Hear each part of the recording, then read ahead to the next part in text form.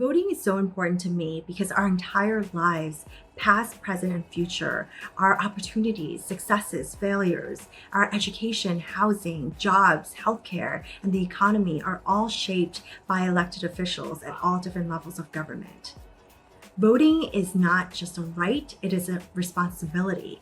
Voting matters, your voice matters, so please go out and vote to make sure that your voice is heard.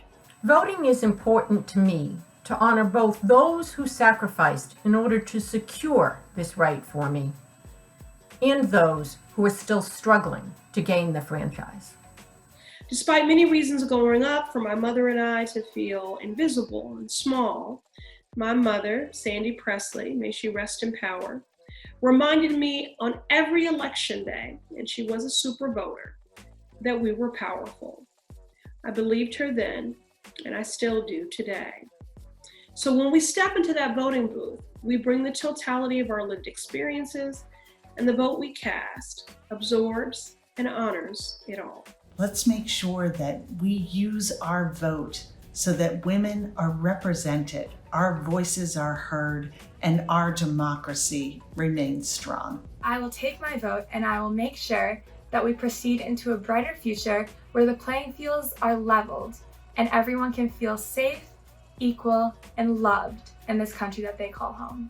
Voting is an integral part of our democracy, and democracy is not a spectator sport. Now, more than ever, we need to secure and expand the right to vote. And that means restoring the Voting Rights Act, getting racist voter ID laws off the books, and passing a constitutional amendment guaranteeing the right to vote. We stand on the shoulders of the women who helped us get to this point, and we do more. It is important. Our lives depend on it. Welcome to Women's Equality Day. My name is Freddie Kay. I'm founder and president of Suffrage 100 Massachusetts. And I am Katrina Huff-Larman, vice president of Suffrage 100 Massachusetts. Thank you for joining us to commemorate this historic day. It was important to us in our organization that we commemorate today with as much reverence for the women's suffrage movement as possible.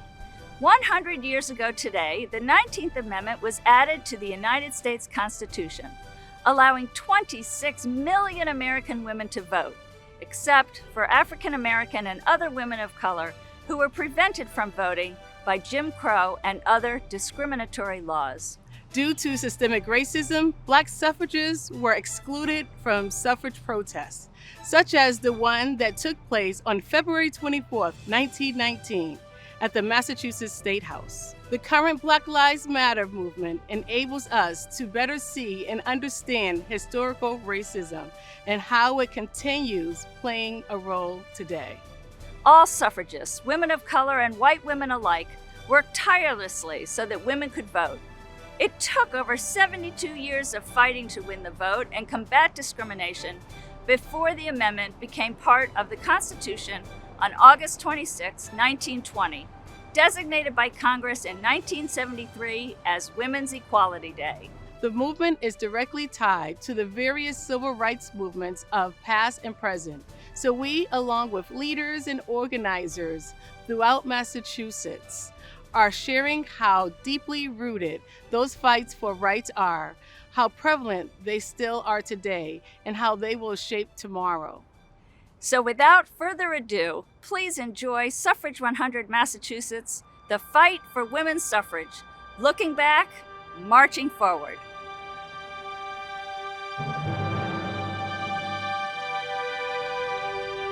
"100 years since women earned the right to vote.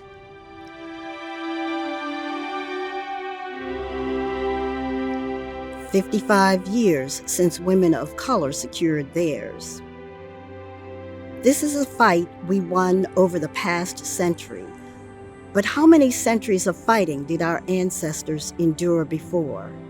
And how many more will our descendants have left?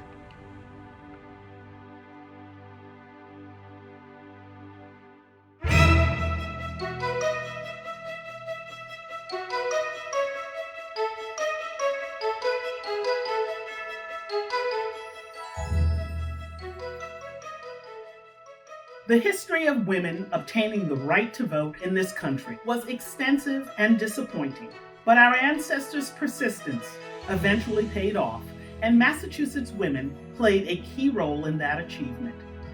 Women's aspirations were restricted to being a wife and a mother, and as soon as a woman got married, her rights were eliminated entirely. It was in 1776, right here in Quincy, Massachusetts, when Abigail Adams wrote the letter to her husband, John Adams, who would later become president, saying, "Remember the ladies and be more generous and favorable to them than your ancestors. We will not hold ourselves bound by any laws in which we have no voice or representation." Without a husband, women were financially restricted and vocationally limited by the societal institutions of the time. When a woman married, she gave up all of her rights. Even her personal property would become her husband's, including any money she earned. And if a woman was a slave, like Elizabeth Freeman, she had no rights. Someone we don't discuss enough is Elizabeth Freeman. She was born into slavery with the name Mum Bet, and she lived in Sheffield, Massachusetts during the 1700s. As it's been said, she overheard men reciting the Massachusetts Constitution, specifically that mankind is equal, free, and independent of each other. 9 years later, she sued the state to have the Constitution apply to her. Eventually, Mum Bet won her freedom and renamed herself Elizabeth Freeman. Amazingly, her court case eventually led to the outlawing of slavery in Massachusetts. And this is when things really took off.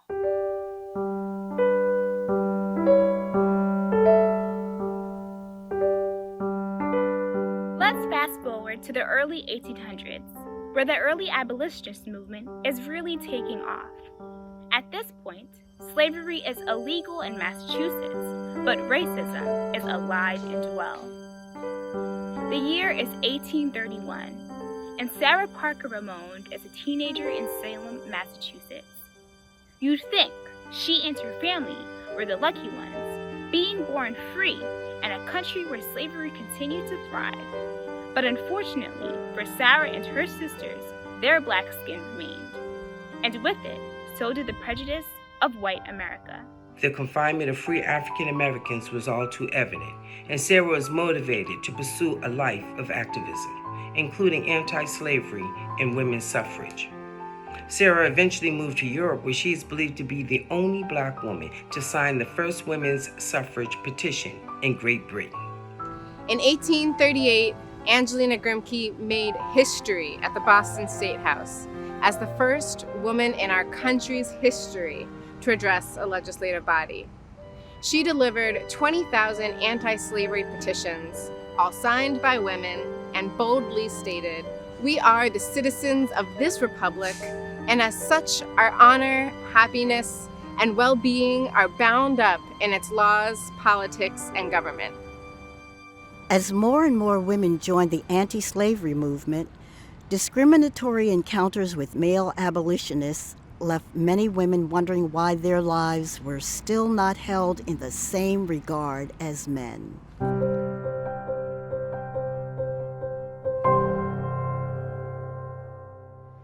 This is the alley on 5th Avenue. I am a piece of clay, gray and dull but necessary. I am destined to fill every frame. I am cut, ripped apart, pressed on every side, but still I remain. My body is a grave. My voice is laid to rest while my thoughts and dreams gasp for air. My heart is battered. It is also buried there. I am black. Black like the little dress she wore on her first date.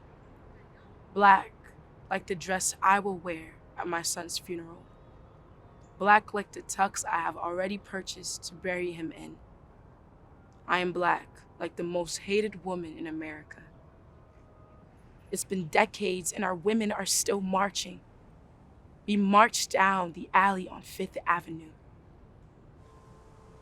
You ask me, what a woman is, and I will tell you Claremina's love, Katrina's voice, Michelle's intelligence, Freddie's commitment, Alexandria's passion, Susan's vision, Elizabeth's resilience, Harriet's journey, Sojourner's truth, Ayana's courage, Maya's words, and the list goes on and on down to the very end of the alley. You ask me what it means to be a woman, and I'll tell you this poem. But if you ask me again, I'll tell you her name. The Anti-Slavery Convention of 1840 changed the course of history. White female abolitionists crossed the ocean to attend the convention, all to discover they weren't welcome. The women were actually forced to sit in a secluded area where they were unable to participate by speaking or voting at the convention. Although the women had support from allies like journalist William Lloyd Garrison and abolitionist Charles Lennox Remond, they were still silenced. I mean, really, can you imagine? Here you are trying to show your support for the movement, and the men leading that movement say, "Thank you for showing up. We need all hands on deck." Oh, except yours. We don't want yours. Go sit in the corner and be silent. The experience led Lucretia Mott and Elizabeth Cady Stanton to recognize the need for a women's rights convention, which was held 8 years later in 1848 at Seneca Falls, New York. They were joined by ally Frederick Douglass, who played a pivotal role in helping convince the participants to support suffrage for women. 2 years after that, the first National Women's Rights Convention was held in Worcester, Massachusetts. Suffrage leaders Lucy Stone, Abby Kelly Foster, Paulina David Wright, and Sojourner Truth organized and attended the convention to draw attention to the movement and persuade others to join. 1,000 people from 11 states attended in 1850, and 3,000 attended in 1851. The National Convention was used to demand for women the right to vote, own property, be admitted to higher education, and work in professions such as medicine and ministry. But many weren't supportive, including the media.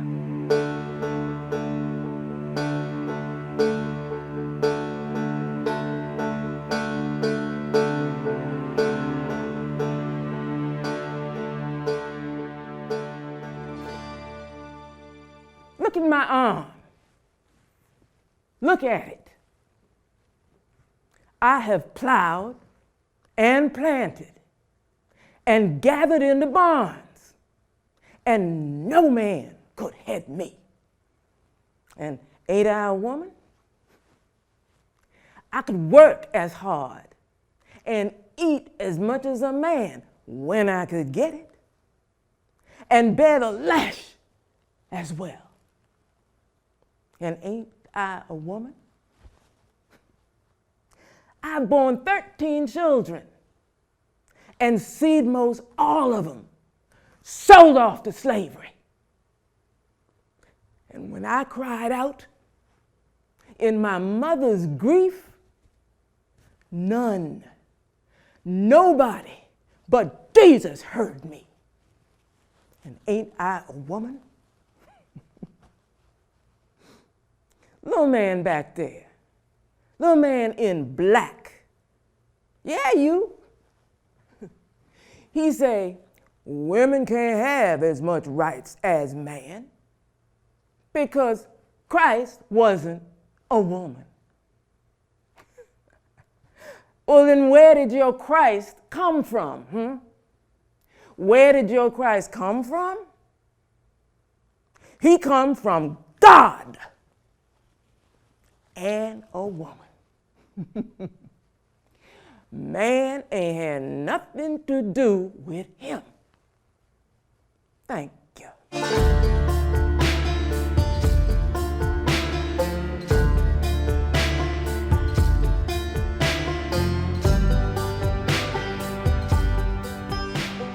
At this point, we had two of the most significant civil rights movements, abolition and suffrage, taking place simultaneously, and both fighting for their rights as people and citizens. So of course, they would continue working together and becoming an unstoppable wave of justice for all. Only they didn't. Turns out, suffragists were still capable of racism, and abolitionists were equally capable of sexism. Go figure. When the 15th Amendment passed, its failure to include gender left many embittered suffragists, creating a deep divide in the movement. While many African American women enthusiastically supported extending the vote to black men, even if not to women, many white women viewed it as a slap in the face that all women were told they'd have to wait. Most unfortunate were the racist statements voicing resentment toward black men for not including all women in their efforts to achieve the vote. Even some of the women many of us have always considered suffrage sweethearts, such as Susan B. Anthony and Elizabeth Cady Stanton, were guilty of this to an extent. This led to the split of the Central Women's Suffrage Organization into two organizations. Segregation was in full force, with women's suffrage organizing clubs becoming less and less likely to integrate both blacks and whites. Black reformers such as Josephine St. Pierre Ruffin, Charlotte Fortin Grimke, and Ida B. Wells formed the National Association of Colored Women, while the General Federation of Women's Clubs maintained a membership of predominantly white women, which almost entirely failed to address the challenges faced by black women and exhibited outright racist behavior.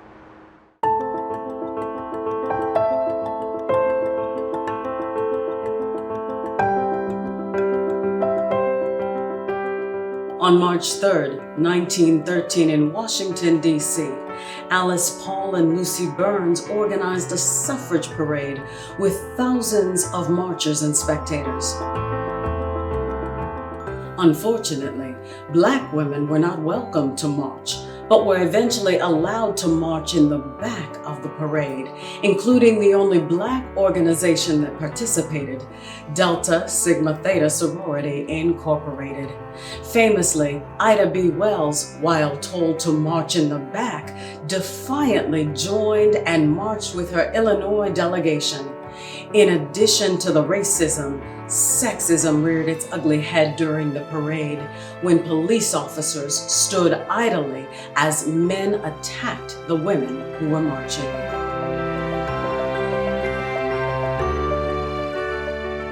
Let's talk numbers. 175,000 people attended the Women's March in Boston in 2017. The October 1915 suffrage parade in Boston included 12,000 marchers and 500,000 spectators. However, despite the success, it was defeated at the ballot box a month later. Probably because at least half the people there didn't have the right to vote. That's not fair. No, it wasn't. The suffragists were the first people ever to picket the White House. For 2.5 years, 6 days a week, the Silent Sentinels, as they were called, silently and peacefully picketed in the heat, the cold, the snow, the sleet, the rain, and they were jailed for it. We are forever grateful to the women suffragists who guaranteed this right for us, and we celebrate them today and every day. Who demonstrated, protested, got arrested, did everything they possibly could to right a wrong that they felt needed to be righted, which was to give women the equal right to vote on who would represent them and their families and their lives here in the United States. Those 21 brave women who had a peaceful protest at the steps of our State House. They stood up, they made their voices heard, they grew their numbers, and they took action.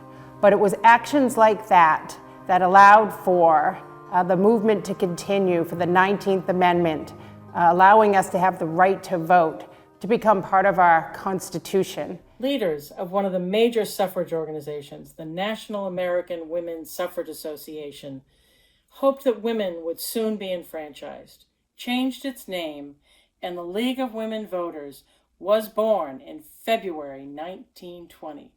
Later that year, the Massachusetts League of Women Voters was established. So, this year also marks the centennial for the League of Women Voters.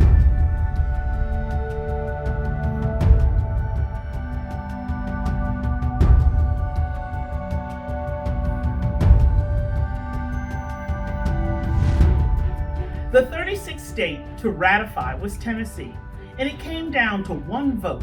24-year-old Harry Byrne, the youngest legislator, was committed to voting against suffrage, but he received a letter from his mother. Theb Insminger Byrne urged him to support suffrage, and lucky for us, he listened to his mother.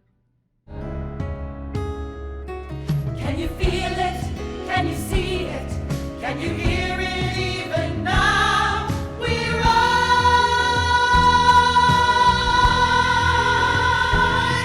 Can you dream it? Can you dare it? Can you dare it even now? We rise.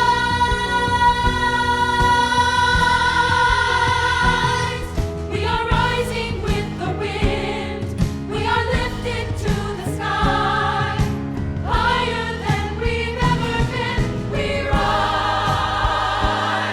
We rise. Every great dream begins with a dreamer.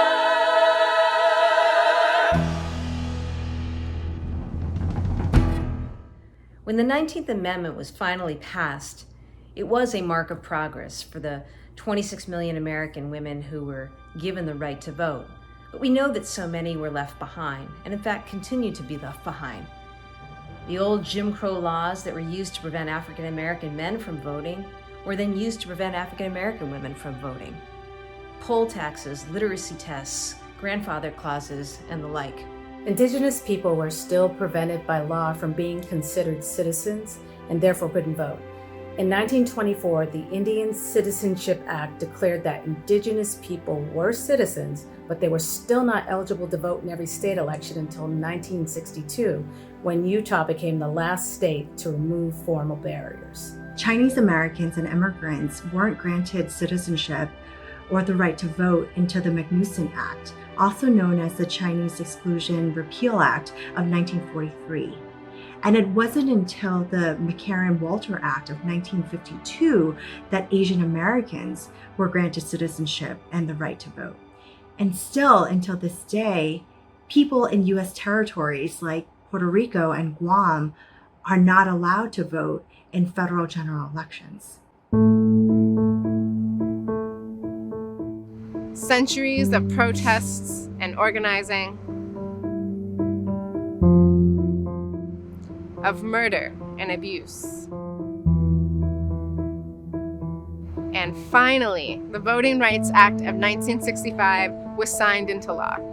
On August 6, 1965, the Voting Rights Act banned the use of literacy tests and ensuring federal oversight of voter registration in areas where less than 50% of the non-white population had not registered to vote. Although the 24th Amendment of 1964 made poll taxes illegal in federal elections, it wasn't until 2 years later, in 1966, that the U.S. Supreme Court ruled poll taxes illegal in state elections as well. Latinx, Asian American, and Indigenous people had gained the right to vote.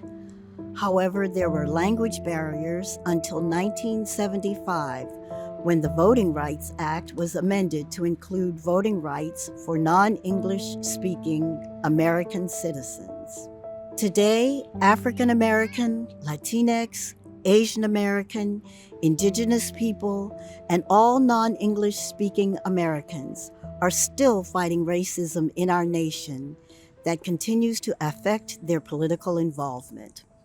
With all these fights and all these victories, there was yet another marginalized group that didn't even have the right to get married throughout all of it.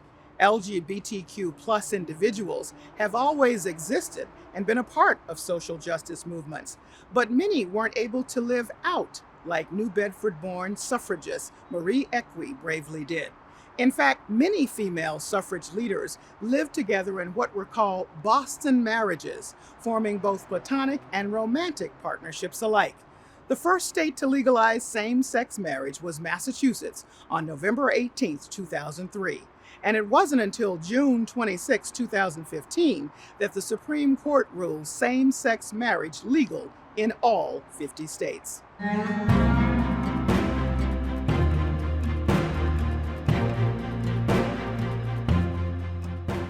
As we proceed past the centennial of women's suffrage, we have to remain persistent and resilient as our ancestors did before. In 1923, the Equal Rights Amendment was introduced in Congress, and every year thereafter until it was finally adopted by Congress in 1972, sending it to the states for ratification just like the 19th Amendment. And the ERA was written by suffragists Alice Paul and Crystal Eastman. By 1982, only 35 states had ratified the ERA. In 2017, Nevada became the first state in 40 years to ratify. And on January 27, 2020, Virginia became the 38th and last state needed for ratification. Unfortunately, the struggle for it to be adopted into the U.S. Constitution continues today. So many of the struggles women faced in their various fights for rights have continued to this day. Sexism, the gender pay gap, domestic violence, sexual harassment and assault. These are all still prevalent parts of so many women's lives. But there is another worth noting, and that is underrepresentation. Did you know that only 23% of the United States Congress is women? Do you think women make up only 23% of our population? And of those, only 38% are women of color. Women are now more than half of the population. So now that we have the right to vote, it's all the more important that we use that right and ensure that our voices are heard and our lives are valued. And let's not take for granted what we have, but use it to support women of today and women of our future. The right to vote is powerfully important.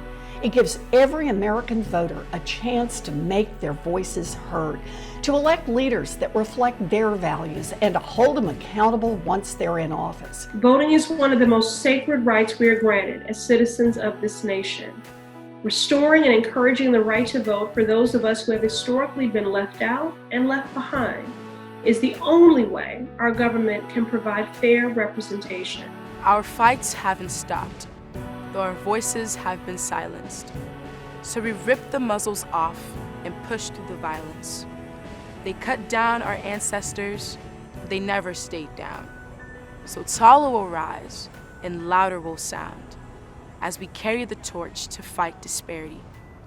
Remember respect, remember compassion, stand in unity.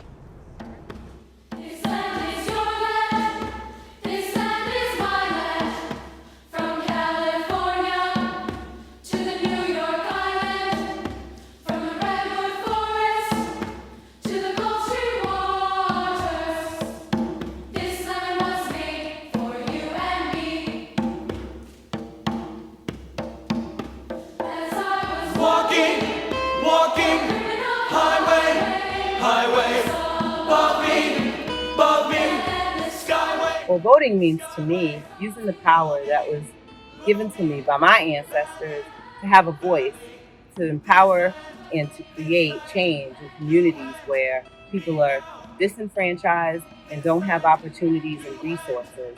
And my vote can make a change for that.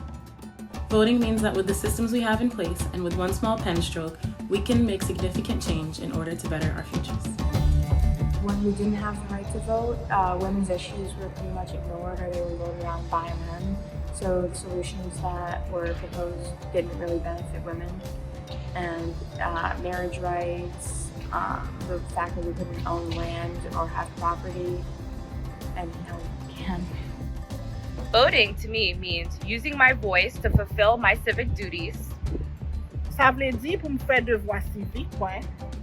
And to ensure that government officials and those in power are applying the laws correctly.